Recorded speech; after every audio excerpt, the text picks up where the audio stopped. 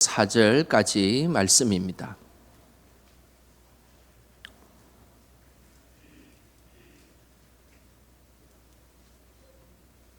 베드로전서 5장 1절부터 4절까지 말씀 우리 한 목소리로 말씀 읽겠습니다. 너희 중 장로들에게 고난하노니 나는 함께 장로된 자요 그리스도의 고난의 증인이요 나타날 영광에 참여할 자니라. 너희 중에 있는 하나님의 양무리를 취되 억지로 하지 말고 하나님의 뜻을 따라 자원함으로 하며 더러운 이득을 위하여 하지 말고 기꺼이 하며 맡은 자들에게 주장하는 자세를 하지 말고 양무리의 본이 되라.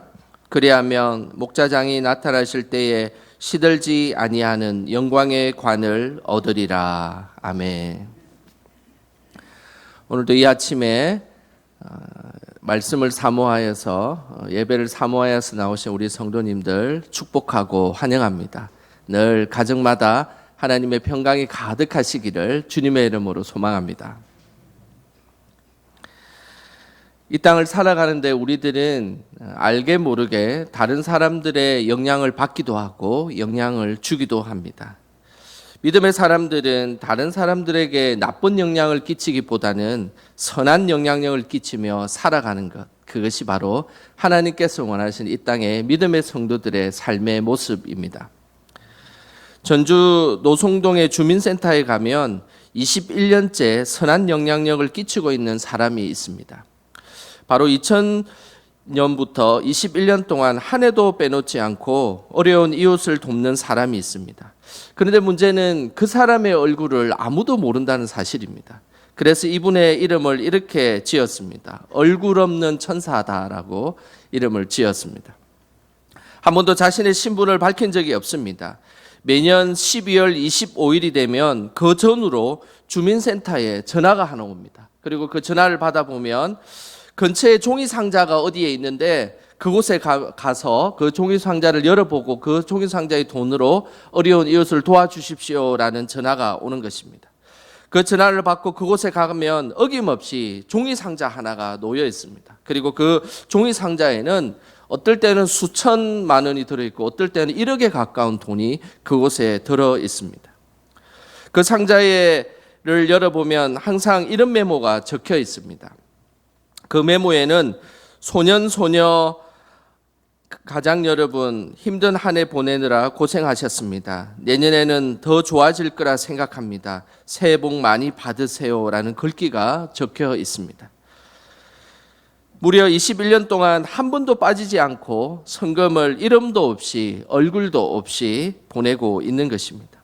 지난해까지 그 금액을 환산해 보니까 무려 8억 1천만 원 정도 되는 금액이었습니다. 이 일로 전주시는 너무 감사해서 2009년에 전주시장을 중심으로 기념비를 하나 세웠습니다. 그 기념비는 오늘 지금 사진에 나와 있는 것처럼 기념비의 제목이 얼굴 없는 천사여라는 기념비입니다. 얼굴 없는 천사여, 당신은 어둠 속의 촛불처럼 세상을 밝고 아름답게 만드는 참 사람입니다. 사랑합니다라고 쓰여져 있습니다. 한 사람의 섬김이 전주 시에 선한 영향력을 끼치고 있다는 것입니다. 그뿐만 아니라 이 사실이 알려지면서 우리나라 전체 기부 문화에도 선한 영향력을 행사하고 있는 일입니다. 이 땅을 살아가는 우리의 믿음의 성도들은 어떻습니까? 다른 사람들에게 어떤 영향력을 끼치고 어떤 모습으로 살아가고 있습니까? 하나님께서는 우리가 이 땅을 살아갈 때 하나님이 기뻐하시는 선한 영향력을 끼치며 이 땅을 살아가기를 하나님께서는 기대하고 계시고 그것이 하나님의 뜻입니다. 오늘 본문은 베드로전서의 마지막 부분입니다. 1장부터 4장까지는 서론과 본론에 해당되는 말씀이라면 이제 마지막으로 치닫고 있는 이 베드로전서 5장의 말씀은 이제 마지막 부분에 베드로전서가 종결되는 부분입니다. 사도 베드로는 베드로전서를 종결하는 이 시점에 특정 대상에 대해서 권면의 말씀을 하고 있습니다. 그중에서 오늘은 장로들에 대한 권면의 말씀이 쓰여져 있습니다. 오늘 말씀은 고난 중에 있는 영적 지도자인 장로들이 고난에 함몰되지 않고 소아시아 지역에 있는 믿음의 사람들에게 선한 영향력을 끼칠 것을 말씀하고 있습니다. 먼저 우리 1절 말씀 같이 함께 읽어 보겠습니다. 너희 중 장로들에게 고난오니 나는 함께 장로된 자요 그리스도의 고난의 증인이요 나타날 영광에 참여할 자니라. 오늘 본문에 등장하는 이 장로라는 이 단어는 브레스비테로스라는 단어입니다. 이 브레스비테로스라는 이 단어는 다양한 곳에 이 호칭이 사용되었습니다. 먼저는 평신도 귀족 계층에 있는 그 평신도 귀족 계급에서 아주 높은 위치에 있는 사람들을 장로로 호칭하였습니다. 뿐만 아니라 유대민족의 회당 공동체의 어른이기도 하고 초대교회의 그리스도의 그룹장이기도 했습니다. 그리고 뿐만 아니라 이방 선교 때 세운 지도자들을 장로라고 호칭하였습니다. 우리나라 장로교 헌법에 보면 장로는 두 가지 종류의 장로가 있습니다. 하나는 교회에 치리만 하는 장로가 있고 그리고 또 하나는 교회 치리와 함께 말씀을 전하는 장로가 있습니다. 교회 치리만 하는 장로는 우리가 흔히 부르는 우리 교회에서 부르는 장로님들입니다. 그리고 교회 치리와 함께 말씀을 전하는 장로가 있는데 그게 누구냐면 바로 목사님들입니다. 결국 장로교는 원론적으로 장로와 목사 모두를 장로라고 부릅니다. 하지만은 교회의 역할상 장로님, 목사님 이렇게 구분해서 부르는 것입니다. 그래서 오늘 본문에서 이야기하는 장로는 장로님과 목사님 모두를 지칭하는 것으로 초대교회의 영적 지도자를 의미하는 것입니다. 그뿐만 아니라 영적 지도자는 교회에서만 해당되는 것이 아닙니다. 가정에서도 포함됩니다. 가정에서 부모들은 자녀들에게 영적 지도자인 것입니다. 결국 영적 지도자는 교회이건 가정이건 하나님을 믿는 영적인 어른들을 지칭한다라고 말씀할 수 있습니다.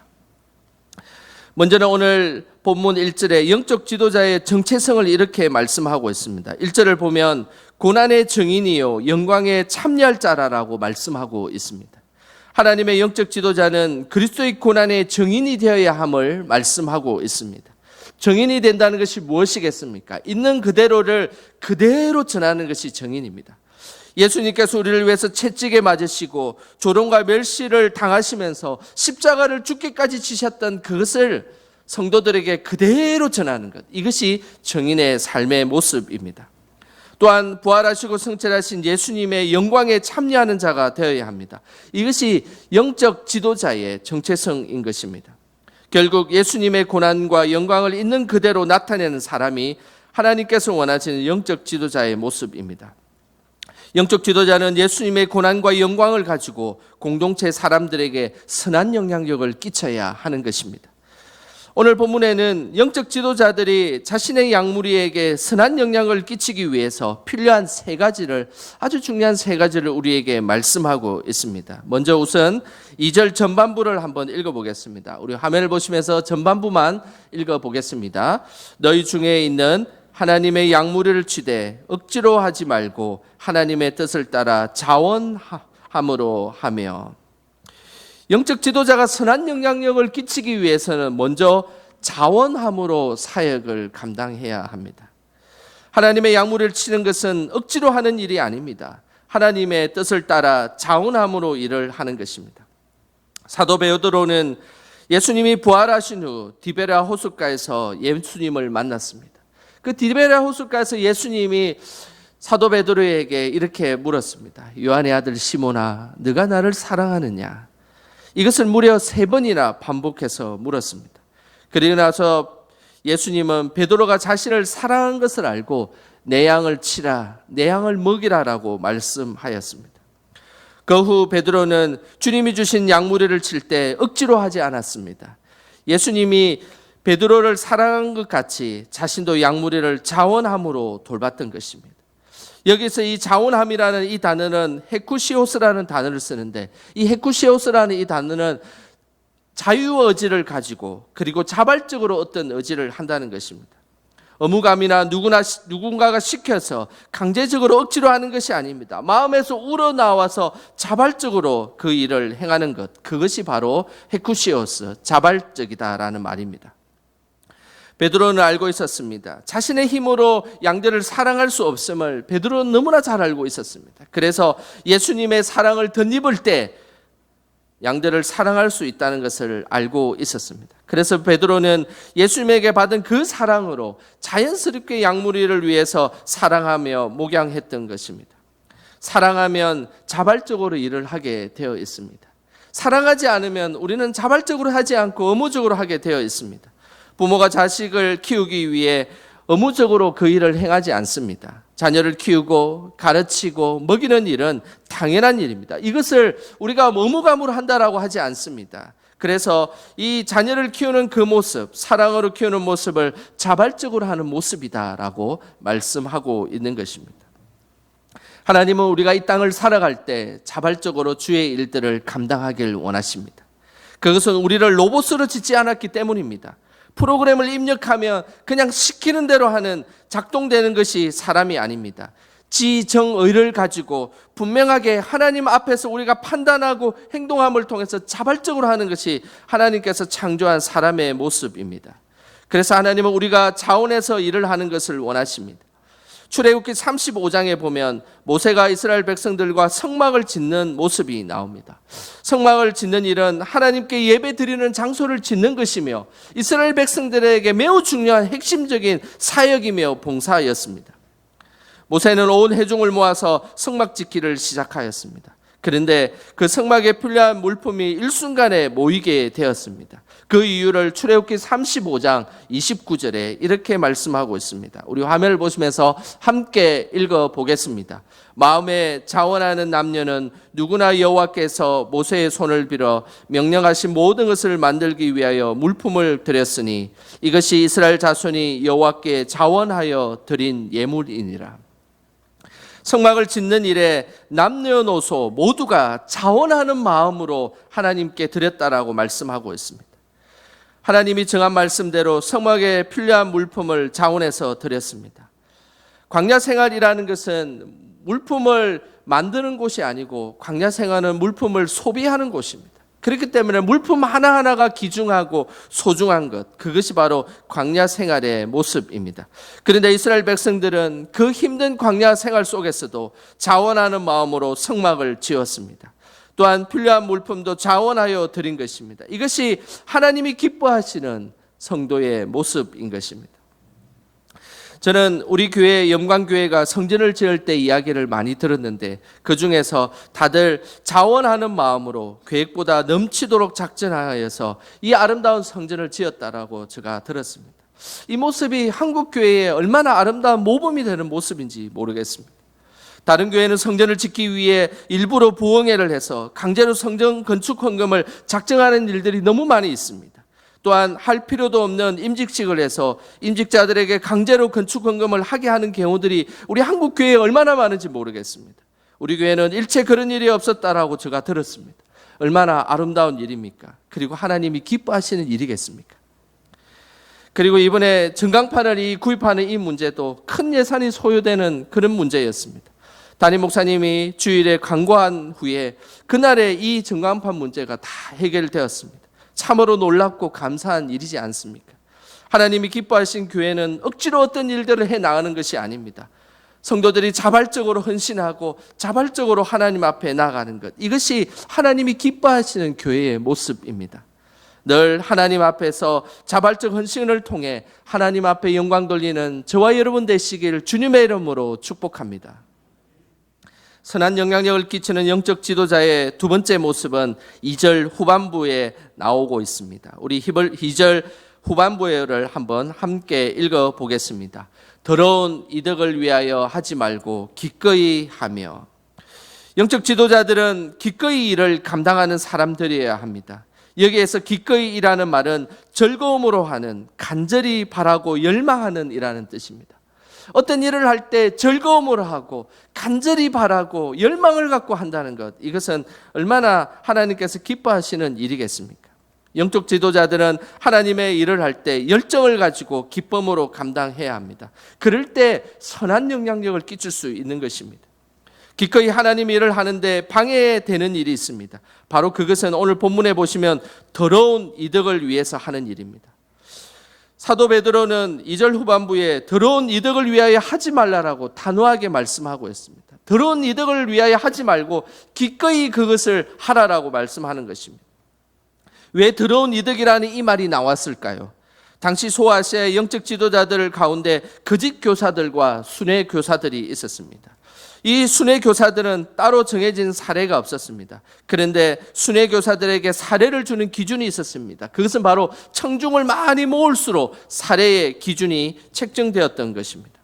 그러니 순회 교사들은 청중을 많이 모아야 더 많은 사례를 받기 때문에 청중들이 좋아하는 감동적이고 좋아하는 말만 골라 했습니다. 예수님의 십자가의 고난과 예수님께서 행하셨던 그 어려움에 대한 부분들은 말씀을 전하지 않고 항상 부활의 영광만을 전했던 것입니다.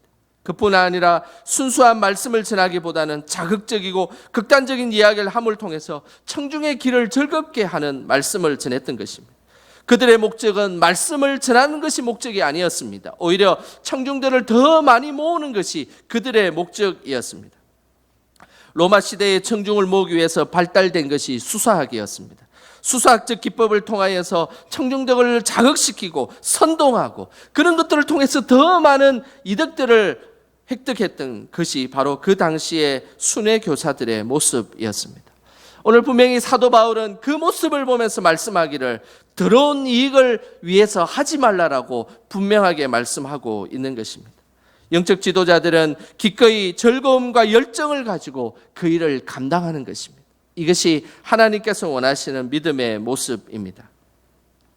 우리나라에는 세계적인 사람들이 많이 있습니다. 그 중에서 세계적인 발레리나 한 사람이 있습니다. 강수진이라는 사람입니다. 그는 아시아 최초로 슈투트가르트 발레단에서 입단해서 종신단원의 자격을 얻은 아시아 최초의 사람입니다. 전 세계 발레리나계에서 강수진을 모르면 간첩이라고 부르는 아주 유명한 사람인 것이죠.